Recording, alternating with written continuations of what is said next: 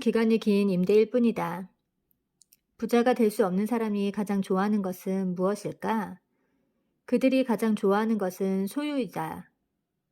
그들은 뭐든지 자기 것으로 만들지 않으면 불안해한다. 그래서 소유에 집착하는 것이다. 처음 만난 사람에게 어디 사세요? 라고 묻는 것은 매우 자연스러운 대화다. 상대가 자신과 같은 지역에 사는 경우도 있고 옛날에 살던 지역에 사는 경우도 있어서 어떤 대답이 나와도 대화를 부드럽게 이어갈 수 있다. 그런데 소유에 집착하는 사람은 그 다음에 반드시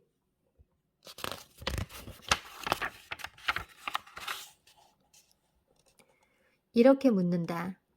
전세입니까? 아니면 사셨습니까? 그리고 이렇게 한마디 덧붙인다. 우리는 얼마 전에 집을 샀답니다. 가끔은 전세라는 사실을 숨기는 사람도 있다. 임대보다 소유가 더 낫다고 여기는 사람은 소유에 대해 콤플렉스를 가지고 있는 사람이다. 소유에 집착하는 사람이나 소유에 콤플렉스를 가지고 있는 사람은 부자가 될 수 없다. 이 세상의 모든 물건은 잠시 소유할 수는 있어도 영원히 소유할 수는 없다. 소유는 사용기간이 긴 임대라고 할 수 있다. 임대기간이 짧은 것이 사용이고 임대기간이 긴 것이 소유일 뿐 사용이나 소유나 임대라는 점에서는 조금도 다르지 않다. 비디오 테이프에 비유하자면 대여점에서 빌려와 2박 3일 만에 돌려주는 것과 일주일이 지나고 돌려주는 것 정도의 차이라고나 할까? 집을 샀느냐 전세냐고 묻는 것은 무슨 비디오 테이프를 빌렸어? 라고 묻지 않고 대여기간이 2박 3일이야 일주일이야 라고 묻는 것과 똑같은 발상이다. 그런 발상에 휩싸이면 어떤 물건이든 제대로 사용할 수 없다.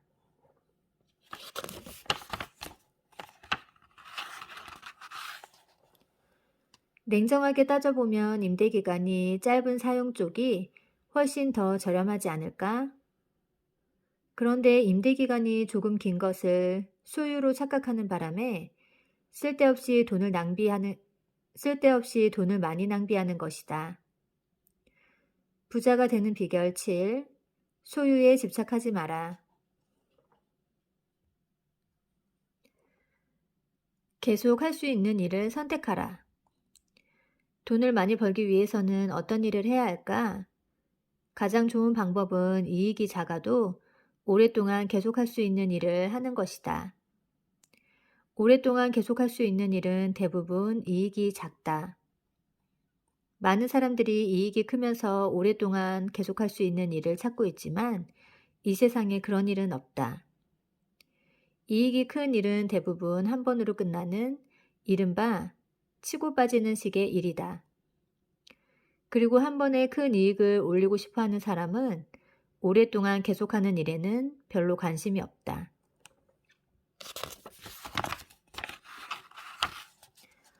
그들은 한 번에 큰 이익을 올리는 편이 오랫동안 계속하는 것보다 훨씬 더 편하다라는 생각에 사로잡혀 있다. 그런 사람들은 사용하면 없어지는 재산을 모으기에 급급하다. 사용해도 없어지지 않는 재산에는 관심이 없는 것이다. 더구나 그들은 사용해도 없어지지 않는 재산을 사용하며 없어지는 재산으로 바꾸곤 한다. 어떤 일이 있을 때 부자가 될 수 없는 사람은 그 일에 대한 보수부터 생각한다. 그러나 부자가 될 수 있는 사람은 그 일이 오랫동안 계속할 수 있는지 아닌지를 먼저 생각한다. 오랫동안 계속할 수 있는 일이라면 한 번에 이익이 크지 않아도 상관없다. 그리고 진정한 부자가 되고 싶다면 지금 눈앞에 있는 이익이 크더라도 오랫동안 계속할 수 없는 일은 하지 말아야 한다. 장기적으로 봤을 때 어느 쪽에서 더 큰 이익을 얻을 수 있는지 판단하는 것이다. 부자가 되는 비결 8. 눈앞의 이익에 연연하지 마라. 물건은 사용하는 것이다. 30대 남자들이 가장 집착하는 것은 집이 아닐까? 그런데 돈을 주고 샀다고 그 집을 영원히 갖지는 못한다. 아무리 많은 돈을 주고 샀다 해도 그 집은 누군가에게 잠시 빌린 것일 뿐이다. 그러나 매달 집세를 내지 않으면 이 집은 내 집이다. 내가 소유하고 있다라는 착각에 빠지게 된다. 자기 이름으로 되어 있는 집은 우연히 집을 빌려주는 사람과 집을 빌린 사람이 동일 인물인 것에 지나지 않는다. 한마디로 말해 자기 집을 자기가 빌려서 사는 것이다. 이 세상의 모든 집은 임대다.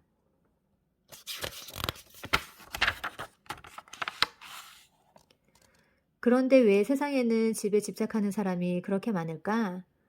집을 지어 팔거나 주택 대출금을 빌려주는 쪽에서 그런 사람을 보면 정말 고마운 손님이야. 결국 임대에 불과한 집에 이렇게나 많은 돈을 투자하다니 라고 생각할 따름이다. 그들이 제시하는 주택 구입 금액에는 세금과 제반 경비, 집을 유지하는 비용은 전혀 들어있지 않다. 그리고 매달 돈을 내지 않으면 실제로는 임대비에 가까운 금액이 나가고 있는데도 돈이 나간다는 의식이 희미해진다. 집에 집착하는 현상은 전 세계에서 보기 드문 우리나라 사람만의 특징이다. 우리는 유달리 땅에 집착한다. 좁은 나라에서 서로 땅 따먹기 놀이를 하는 것이다. 집뿐만 아니라 명품 브랜드 제품에도 집착한다. 소유하는 것에 대해 지나칠 정도로 가혹한 경쟁을 하고 있는 것이다. 집을 가진다, 물건을 소유한다는 것은 지하철 안에서 자리 쟁탈전을 벌이는 것과 똑같다. 자신이 내려야 할 역에서 내리지 않으면서까지 그 자리에 앉아 있으려고 하는 사람은 없다. 자신이 내려야 할 역에 도착하면 누구나 자리에서 일어나고 그동안 서 있는 사람이 그곳에 앉는 법이다.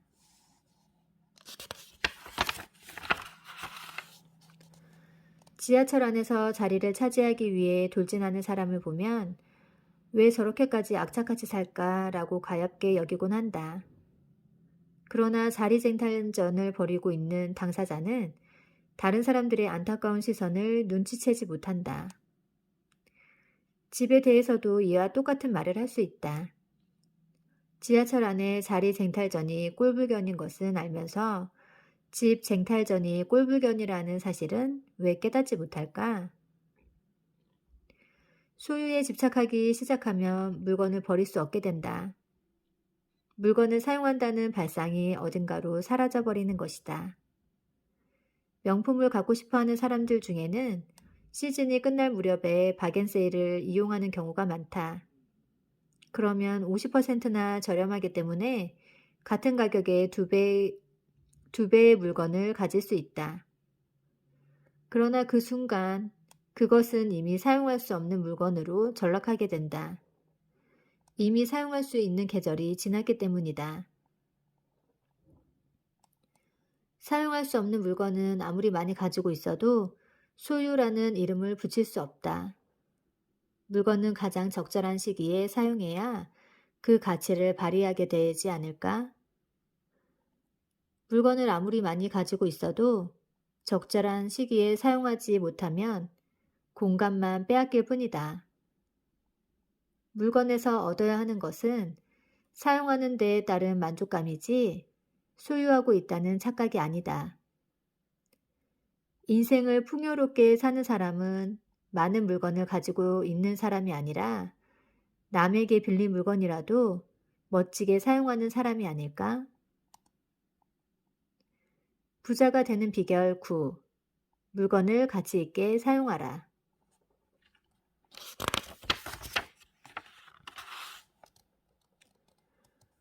상대가 돈을 벌 수 있도록 만들어라. 이 세상에 돈을 벌고 싶지 않은 사람이 어디 있으랴. 여기에 돈을 많이 벌 수 있는 간단한 방법이 있다. 일단 상대가 돈을 벌 수 있도록 만들어주는 것이다. 자신이 돈을 벌 수 있도록 만들어 주어야 할 상대는 3명이다. 하나, 거래처. 둘, 손님. 셋, 파트너. 직장 상사, 동료, 부하 직원. 즉, 돈을 벌 수 있도록 만들어 주어야 할 상대는 주위에 얼마든지 있는 것이다. 자신이 돈을 벌려면, 자신이 돈을 벌려고 하면 주위에 있는 사람들로부터 이익을 빼앗게 된다. 물론 마음만 먹으면 이익을 독차지하는 것도 전혀 불가능하지 않다. 그러나 자기 혼자 이익을 독차지하면 주위에 있는 거래처와 손님, 파트너를 잃어버리게 된다. 지금은 큰 돈벌이가 되지 않아도 주위에 있는 사람들이 돈을 벌 수 있도록 만들어주면 당신의 비즈니스는 계속 유지할 수 있다. 상대와 관계가 어긋나는 것은 대부분 돈을 많이 벌었을 때다. 이익이 나지 않고 돈을 벌지 못할 때는 이익 분배를 생각할 필요가 없기 때문이다. 그런데 돈을 많이 벌게 되면 거만해져 주위 사람과 함께 이익을 나누어 가져야 한다는 사실을 잊어버리게 된다. 자기 혼자 이익을 독차지하고 싶어진다. 이익을 독차지하면 결국은 세금으로 모두 빼앗기지 않는가? 세금으로 빼앗기는 것뿐이라면 그래도 상관없다. 문제는 자기 주위에 있는 소중한 거래처와 손님, 파트너까지 모두 잃게 된다는 것이다. 자신의 주머니를 채우기 위해 돈 버는 방법을 생각하는 것은 매우 어렵다. 하지만 주위 사람이 돈을 벌 수 있도록 만드는 것은 그렇게 어렵지 않다. 가게에 손님이 오지 않아 고민에 빠진 사람이 있다고 하자. 그런 경우에 한 명의 손님에게 얼마나 많은 매출을 올리느냐, 얼마나 많이 먹고 많이 마시게 하느냐, 얼마나 많은 물건을 사게 하느냐를 생각해서는 안 된다. 가게에 손님이 많이 오게 하려면 손님에게 얼마나 많은 이익을 안겨주느냐를 생각해야 한다. 패스트푸드점의 세트 메뉴를 예로 들면 쉽게 이해할 수 있다. 패스트푸드점에서 세트 메뉴를 만드는 데는 두 가지 이유가 있다. 하나, 가게의 매출을 올린다. 둘, 손님에게 이익이라는 느낌을 들게 한다. 포테이토를 붙여 세트 메뉴로 하면 가게의 매출은 늘어난다. 그런데 가끔은 세트 메뉴가 있다는 사실을 모르고 햄버거와 음료수를 별도로 주문하는 손님이 있다. 그런 경우에 세트 메뉴가 훨씬 더 싸다고 알려주는 사람은 손님의 이익을 먼저 생각하는 사람이다. 물론 아무 말 하지 않고 손님이 주문하는 대로 팔아도 가게는 돈을 벌 수 있다. 하지만 가게의 이익을 생각하기 전에 손님의 이익을 생각한다면 손님에게 한 푼이라도 싸게 살 수 있는 방법을 가르쳐 주어야 하지 않을까? 그 가게에서 이익을 보았다고 생각하면 손님은 또 찾아가게 마련이니까 말이다. 부자가 되는 비결 10. 파트너의 이익을 빼앗지 마라.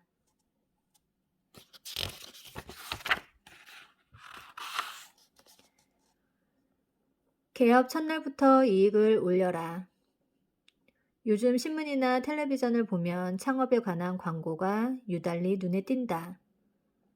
평생 직장이라는 개념이 희박해지면서 직장을 그만두고 창업하는 사람이 많아진 탓이다.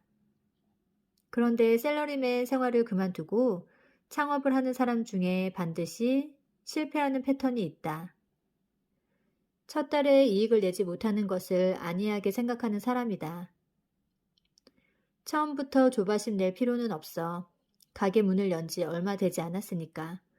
3개월 뒤에 흑자를 내면 돼.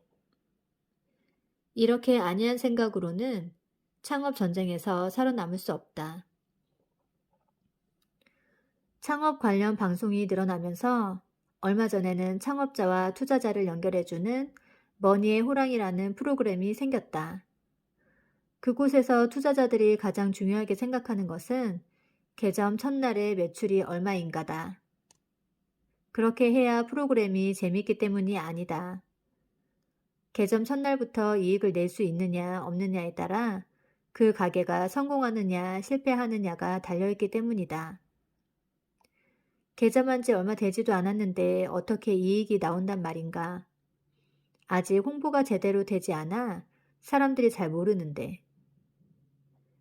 이런 변명을 방패막이로 삼아서는 안 된다. 한 푼이라도 좋으니까 개점 첫날부터 이익을 내야 한다. 개점 첫날이니까 아직 이익을 내지 않아도 돼. 개점한 지 한 달밖에 안 됐으니까 이익이 나올 리 없지. 이렇게 안이한 생각을 가지고 있으면 창업은 반드시 실패로 끝난다. 자영업자와 샐러리맨의 가장 큰 차이점은 그날의 이익을 어떻게 생각하느냐다. 자영업자가 그날의 이익에 민감하게 반응하는 데 비해 샐러리맨은 심각하게 받아들이지 않는다. 특히 이제 막 샐러리맨 생활에서 탈피한 사람은 한 달이 지나 적자가 났다고 해도 앞으로 어떻게 해야 할지 진지하게 고민하지 않는다. 흔히들 아직 홍보가 되지 않았기 때문이라는 말로 자신을 위로하려고 한다. 또한 손님이 많이 오면 그것을 자기 실력이라고 착각해 스스로를 과대평가한다. 가게 자체가 인기가 있는 것이 아니라 우연히 손님이 늘어났을 뿐인데도. 손님은 관광지의 관광객이나 마찬가지다. 내일도 모레도 또 다음 달도 그 손님이 온다고 장담할 수 없다. 오히려 오지 않을 확률이 더 높다.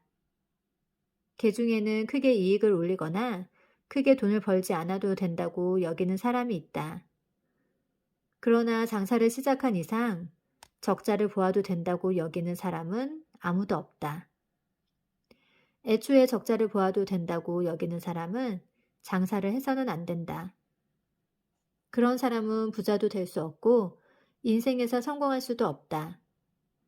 가게에 적자가 나면 손님에게 좋은 서비스를 할 수 없다. 그리고 자신과 함께 고생하며 일하는 직원들에게 월급을 줄 수 없다. 기왕 장사를 할 바에야 열심히 일해 돈을 많이 벌어서 직원들과 손님들에게 환원해 주는 것이 어떨까? 단순한 취미나 자원봉사, 자선사업으로 장사를 해서는 안 된다. 자신의 거래처와 손님, 파트너에게 이익을 나누어주고 나서 자원봉사를 하는 것은 상관없다.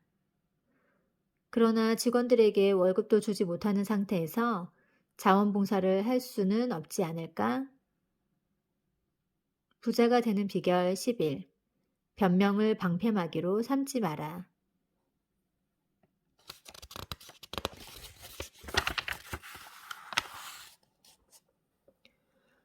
부자 되는 이야기. 금덩이나 돌멩이나 매 한 가지. 돈을 모으는 데만 마음을 쓰는 사람이 있었다. 돈을 벌면 한 푼도 쓰지 않고 궤 속에다 넣었으므로 돈이 궤 속에 가득 찼다. 그래서 그 돈을 모조리 금덩이와 바꾸었다. 끔찍한 금덩이를 어루만지며 좋아했으나 도둑을 맞을까봐 걱정도 대단했다. 구두쇠는 이리저리 궁리를 하다가 담벼락 밑에 구멍을 파고 그 속에 금덩이를 숨겼다. 그러나 밤새 그 금덩이가 무사히 있는지 궁금해서 날만 새면 뜰에 나가 담벼락 밑을 들여다보았다. 그래야 마음이 놓였다. 그러던 어느 날 밤 구두쇠가 잠자는 사이 도둑이 들어 담벼락 밑에 금덩이를 꺼내갔다. 구두쇠는 그만 땅을 치며 대성통곡했다. 동네 사람들이 몰려와 구두쇠를 위로했다. 여보게, 그렇게 슬퍼한다고 없어진 금덩이가 나오겠나? 진정하게. 그리고 금덩이 대신 돌멩이라도 넣어놓고 금덩이라 생각하게. 금이건 돌이건 쓰지 않는데 무엇 다를 게 있는가? 부자에 대한 환상과 선입견을 깨어버리면 내 주변에서 여기저기 나대밀고 있는 인생의 미천이 보인다.